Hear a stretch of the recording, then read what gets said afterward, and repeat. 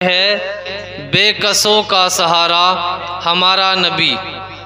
आइए मेरी और सारी कायनात के प्यारे आका सल्लल्लाहु अलैहि वसल्लम की मुक़द्दस बारगाह में दुरूद पाक पढ़ें।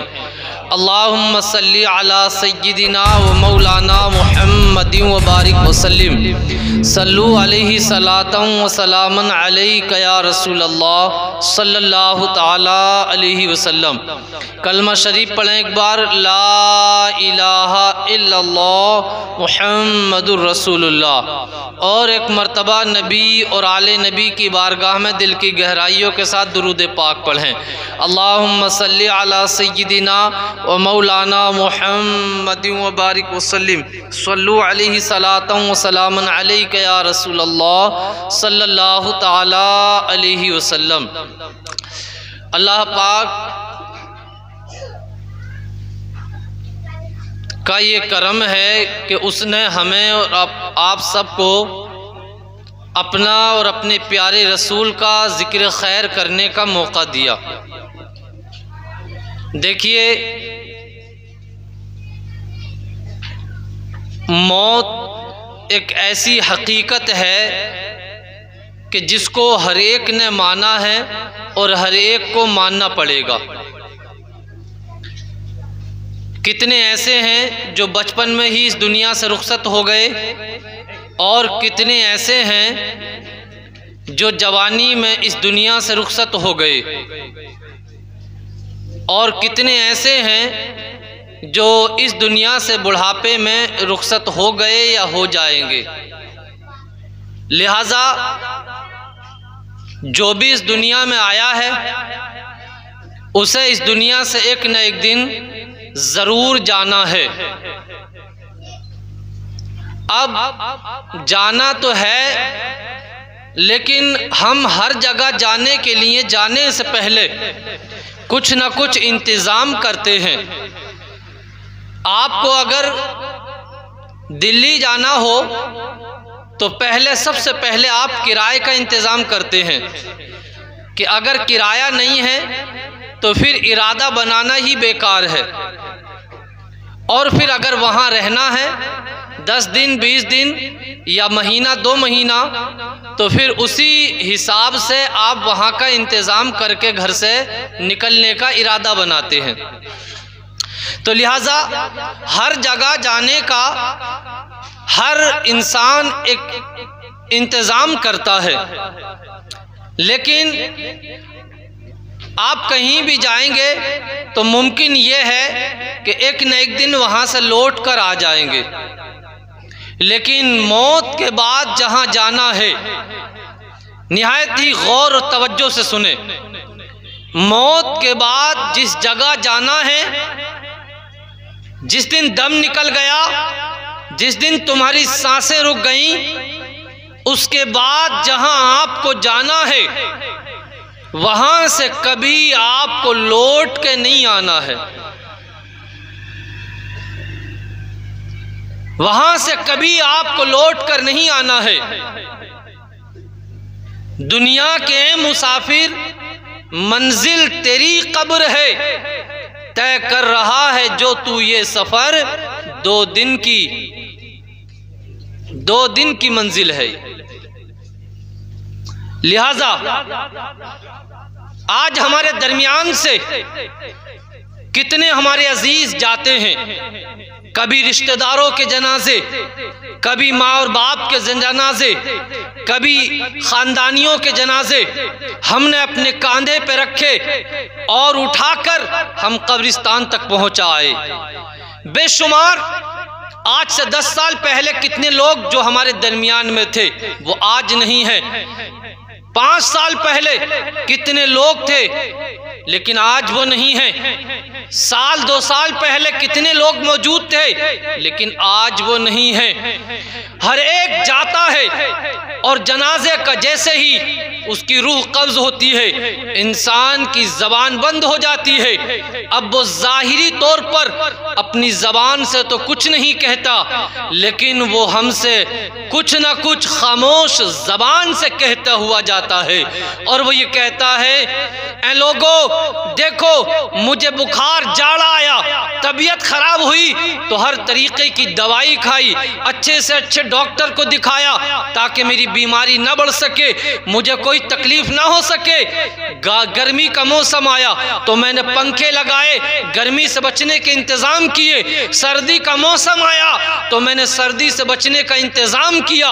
मेरे प्यारे, हर तरीके से मैंने अपनी ज़िंदगी को बचाने के लिए हर अच्छा इंतज़ाम किया, लेकिन मेरे साथ हुआ ये कि मैं ही इस दुनिया से एक दिन रुखसत हो गया। एक दिन मरना है, आखिर मौत है, कर ले जो करना है आज, आखिर मौत है। एक दिन मरना है, आखिर मौत है, कर ले जो करना है आज, आखिर मौत है। ऐनमा तकूनु युद्रिकुमुल मौत, तुम दुनिया के किसी खित्ते में जाकर छुप जाओ, तुम्हें मौत वहीं आकर रहेगी। मौत से आप कहीं नहीं बच सकते। आप भले ही कुछ कहते रहें, कुछ करते रहें, लेकिन मौत आपको आके रहेगी। यकीनन मौत का इंतज़ाम कीजिए, अपनी कब्र का इंतज़ाम कीजिए और यह सोचिए कि हम अल्लाह के सामने क्या मुंह दिखाएंगे। अल्लाह हमसे पूछेगा कि ऐ बंदे, मैंने तुझे जवानी दी, मैंने तुझे ताकत दी, मैंने तुझे रहने के लिए घर बार दिया, मैंने तुझे हर तरीके के ऐशो आराम दिए, सेहत दी, मैंने तुझे औलाद दी, लेकिन तू ऐसा था कि अजान होती, कभी तू अजान की तरफ को कान लगा कर नहीं सुनता, नमाजों का वक्त आता तू कभी नमाजों की तरफ तवज्जो नहीं करता। मेरे प्यारे, याद तो करो, तुम अपनी कब्र को याद करो, अपनी कब्र की तन्हाई को याद करो, कब्र की दहशत को याद करो, कब्र की तारीकी को याद करो, कब्र के होलनाक मंजर को याद करो। याद करो उस वक्त को जब तुम अकेले अपनी कब्र में जाओगे और मेरे प्यारे, तुम्हारे अपने अजीज तुम्हारी कब्र पे मनो मिट्टी डाल देंगे और तुम उस कब्र के अंदर अकेले होगे और मुनकर नकीर जब तुम्हारे सवाल के जवाब करने के लिए आएंगे। मेरे प्यारे, जब उलमा लिखते हैं कि जब इंसान की पहली मर्तबा उसकी कब्र में आंख खुलेगी तो इंसान कब्र की तारीकी को देखकर, कब्र की दहशत को देखने के बाद इंसान का दिल दहल जाएगा। इंसान को इतनी घबराहट होगी, इतनी घबराहट होगी कि इंसान जिंदगी में कभी इतना ना घबराया होगा। मेरे प्यारे, याद तो करो, आज तुम दुनिया में हो, आज तुम यहाँ पर मौजूद हो, अभी आपको अजानों की आवाज आती है, अभी तुम्हें तकबीर की आवाज आती है, नमाजों का वक्त होता है। मेरे प्यारे, न जाने कितने लोग यहाँ से चले गए। हर एक जनाजे से नसीहत हासिल करो, अपनी जिंदगी को अल्लाह और उसके रसूल के रास्ते में लगा दो। इंशाअल्लाह ताला अगर आपने अल्लाह की बारगाह में सिजदे में सर झुका दिया है तो मुझे यकीन है कि आप सिजदे में सर झुकाओगे, अल्लाह आपकी मग़फ़िरत फरमा देगा, बख्शिश फरमा देगा। अरे तकबीर, अरे रिसालत, हिमाए अहले सुन्नत, मुफ्ती निज़ामुद्दीन साहब क़िबला, मदरसा इस्लाहुल मुस्लिमीन, अरे तकबीर, अरे रिसालत। आज तो इंसान को फजर में जाड़ा लगता है, इशा में थक जाता है, ज़ोहर और असर उसके काम में निकल जाती है। क्या बेहतरीन इंसान ने बहाने तैयार किए हैं। इशा में कहो तो साहब थक जाता हूँ, फजर में कहो तो साहब आंख नहीं खुलती, ज़ोहर और असर साहब काम में निकल जाती है। आप ये बहाने सारे मुझे बता सकते हैं, ये सारी बातें मुझसे कह सकते हैं, लेकिन याद करो कि जब तुम अल्लाह के सामने खड़े होगे, जब तुम्हें अल्लाह के सामने खड़ा किया जाएगा तो मेरे प्यारे, क्या तुम ये कह सकते हो कि ऐ मेरे मालिक, हम ईशा में थक जाते थे, फजर में हमारी आंख नहीं खुलती थी और असर और ज़ोहर हमारे दुकान पर काम में निकल जाती थी।